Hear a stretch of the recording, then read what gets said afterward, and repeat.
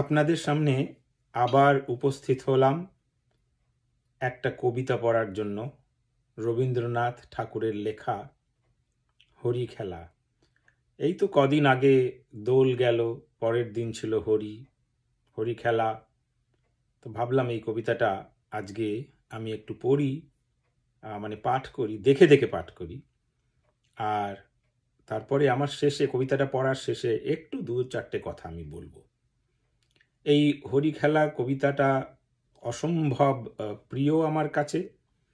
তার কতগুলো কারণও আছে। একটা হচ্ছে যে এইখানে যে দোল খেলার যে বা হরি খেলা প্রকৃতি সেইগুলো ফুটে উঠেছে সুন্দরভাবে। উৎসবের একটা যে ছন্দ, তার ভাব প্রকাশ পেয়েছে এই কবিতাটার মধ্যে দিয়ে। সেইখানে আনন্দ উদযাপন কিভাবে করে হরি খেলার সময়, সেটাও খুব সুন্দরভাবে ফুটে উঠেছে। আর তারপরে যেটা, তার উপরে যেটা ফুটে উঠেছে বা বলা হয়েছে, সেটা হচ্ছে ঐতিহাসিক প্রেক্ষাপট।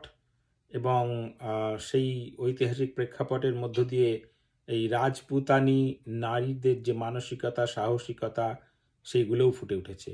অবশ্যই এই কবিতাটি বা এই কবিতাটির যে প্রেক্ষাপট, দৃশ্যপট, সেইটা কিন্তু রাজস্থান।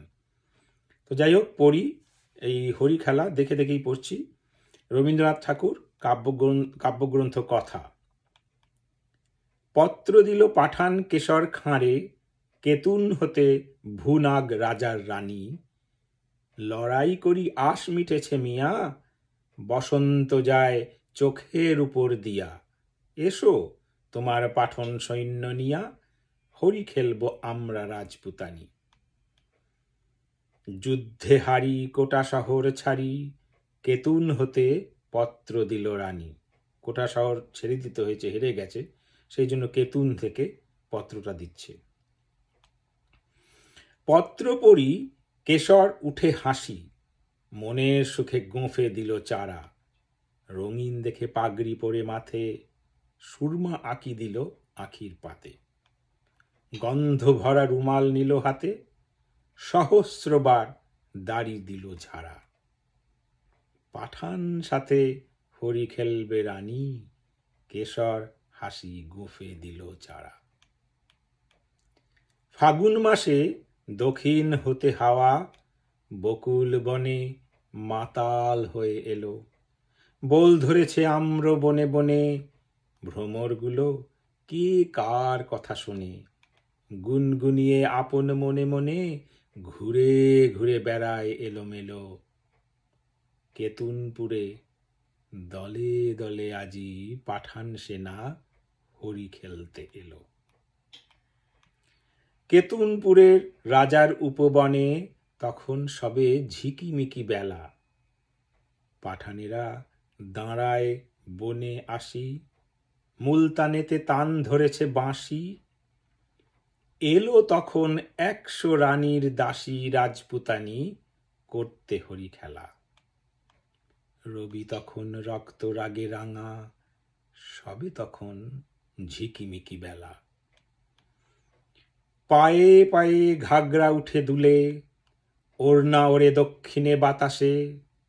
ডাহিন হাতে বহে ফাগের থারি, নিবিবন্ধে ঝুলিছে পিচকারি। বাম হস্তে গুলাব ভরা ঝাড়ি, সারি সারি রাজপুতানি আসে। পায়ে পায়ে ঘাগরা উঠে দুলে, ওড়না ওড়ে দক্ষিণে বাতাসে। আখির ঠারে চতুর হাসি হেসে, কেশর তবে কহে কাছে আসি। বেঁচে এলেম অনেক যুদ্ধ করি, আজকে বুঝি জানে প্রাণে মরি। অবশ্যই কৌতুক করে বলছে, তখনও তো সে জানে না তার কি হতে চলেছে। সেই কৌতুকে মজা করে এই কথাটা বলছে। এবারে কথাটা শুনে কি হচ্ছে। শুনে রাজার শতেক সহচরী হঠাৎ সবে উঠলে অট্ট হাসি। রাঙা পাগড়ি হেলিয়ে কেশর খাঁ, রঙ্গ ভরে সেলাম করে আসি। শুরু হলো হরির মাতামাতি, উড়তেছে ফাগ রাঙা সন্ধ্যা কাশে। নববরণ ধরল বকুল ফুলে, রক্ত রেণু ঝরল তরু মূলে। ভয়ে পাখি কুজন গেল ভুলে, রাজপুতানির উচ্চ উপহাসে। কোথা হতে রাঙা কুজ্ঝটিকা লাগলো যেন রাঙা সন্ধ্যাকাশে।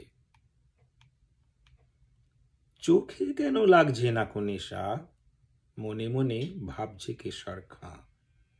বক্ষ কেন উঠছে না কো দুলি, নারীর পায়ের বাঁকা নুপুরগুলি কেমন যেন বলছে বেসুর বুলি। তেমন করে কাঁকন বাজছে না। চোখে কেন লাগছে না কো নেশা, মনে মনে ভাবছে কেশর খাঁ। পাঠান কহে, রাজপুতানির দেহে কোথাও কিছু নাই কি কোমলতা। বাহুযুগল নয় মৃণালের মতো, কণ্ঠস্বরে বজ্র লজ্জাহত। বড় কঠিন শুষ্ক স্বাধীন যত মঞ্জরীহীন মরুভূমির লতা। পাঠান ভাবে, দেহে কিংবা মনে রাজপুতানির নাই কো কোমলতা। তান ধরিয়া ইমন ভূপালিতে বাঁশি বেজে উঠল দ্রুত তালে। কুগুলেতে দোলে মুক্ত মালা, কঠিন হাতে মোটা সোনার বালা। দাসীর হাতে দিয়ে ফাগের থালা, রানী বনে এলেন হেনকালে। তান ধরিয়া ইমন ভূপালিতে বাঁশি তখন বাজছে দ্রুত তালে। কেশর কহে, তোমারই পথ চেয়ে দুটি চক্ষু করেছি প্রায় কানা। রানী কহে, আমারও সেই দশা। 100 সখী হাসিয়া বিবসা, পাঠানপতির ললাটে সহসা মারেন রানী কাঁসার থালাখানা। রক্তধারা গড়িয়ে পড়ে বেগে, পাঠানপতির চক্ষু হলো কানা। বিনা মেঘে বজ্ররাবের মতো উঠল বেজে কারা না কারা। জ্যোৎস্নাকাশে চমকে ওঠে শশী, ঝনঝনিয়ে ঝিঁকিয়ে ওঠে অসি। সানাই তখন দ্বারের কাছে বসি, গভীর সুরে ধরল কানাড়া। কুঞ্জবনের তরু তলে তলে উঠল বেজে কারা না কারা। বাতাস বেয়ে ওড়না গেল উড়ে, পড়ল খসে ঘাগরা ছিল যত। মন্ত্রে যেন কোথা হতে কে রে বাহির হলো নারী শয্যা ছেড়ে। 100 বীর ঘিরল পাঠানেরে, পুষ্প হতে 100 সাপের মতো। স্বপ্ন সম ওড়না গেল উড়ে, পড়ল খসে ঘাগরা ছিল যত।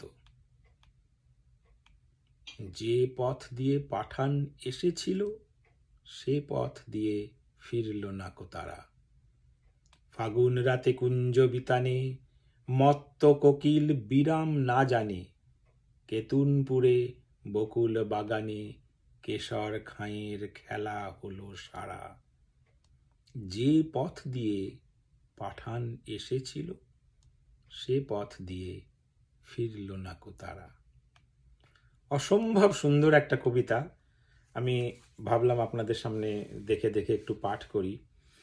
তবে এই কবিতাটা যখনই পড়ি, ইদানিংকালে হয়েছে কি, আমার মাঝে মাঝে মনে হয় যে ছোটবেলা থেকে শুরু করে আজ পর্যন্ত আমরা সব সময় বলে আসি, ধর্মকে রাজনীতির সঙ্গে মিশিও না, ধর্মকে রাজনীতির সঙ্গে মিশিও না। কিন্তু আমরা বোধহয় বরাবর ধর্মকে রাজনীতির সঙ্গে মিশিয়েই এসেছি।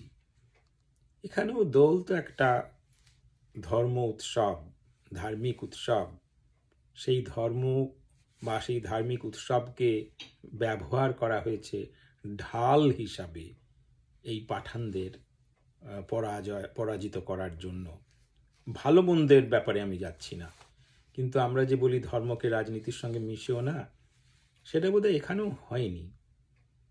বেশি কথা বলবো না, আমার নিজের জীবনেই বলছি। আমি যখন খুব ছোট, খুবই ছোট, তখন নকশাল আমলে আমি আমার নিজের যে ভাড়া বাড়িতে থাকতাম তার ছাদ, 4 তলার ছাদ থেকে আমরা দেখছিলাম, হঠাৎ দেখি দুটো দল একে অপরকে হোলি খেলতে ফাঁক দিতে এসছে। কিন্তু পরে বোঝা গেল একজনকে তারা খুন করে ফেললো চোখের নিমেষে হোলি খেলতে খেলতে। নকশাল আমল সেটা। তো সেখানেও তো ধর্মকে ব্যবহারই করা হলো, কারণ যারা হোলি খেলতে এসেছিল তারা তো জানে না তাকে মারার জন্য করা হচ্ছে। তো সেই আর কি, হঠাৎ এই সমস্ত কবিতা পড়ি আর এরকম সব অদ্ভুত অদ্ভুত কি বলবো বোধ হয়। কাজেই এই যে ধর্মকে রাজনীতির সঙ্গে মিশিও না, এইটা বোধহয় আসলে সত্যি কোনো দিনই হবে না। যাই হোক, ভাবলাম এটাই বলি। যাই হোক, ভালো থাকবেন, সুস্থ থাকবেন, শুভেচ্ছা রইল আপনাদের সকলের জন্য। পরে কোনো একদিন আবার দেখা হবে। ঠিক আছে, বাই।